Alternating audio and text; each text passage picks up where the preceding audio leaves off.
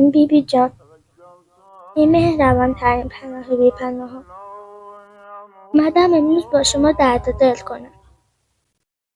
بیبی جان، ما دختران مهاجر از کابل و قندهار و بامیا و هرات با دل‌های پر از ترس و چشم‌هایی که دنبال امید می‌گشت، ای خاک پناه بود، نه برای آسایش، برای زنده ماندن.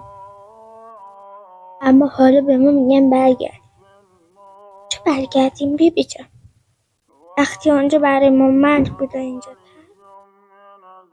جایی که دختر بودن در آن سرزمین جرمه، جایی که در مکتب خانه قفله. بیبی جان، این روزها حال دل ما خوب نیست.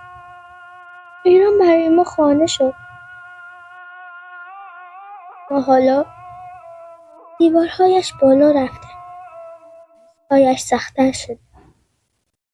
هر روز میشنویم که برادر و خواهر ما را آن که تازه به آرامش رسیده بود و باز می‌گرداند، همان جهنمی که از اون گریختیم. ما نه سلاح داشتیم نه سیاست، تنها دستان لرزان و دل‌های پر از دعا. بیبی جان، شفاعت کن، دل ما را که شکستن لااقل به درگاه خدا ببر. بگو اینجا دخترانی هستند که جز نگاه تو پناهی ندارن. ما رو نذار میان راه بیخانگی و بی‌سرنوشتی.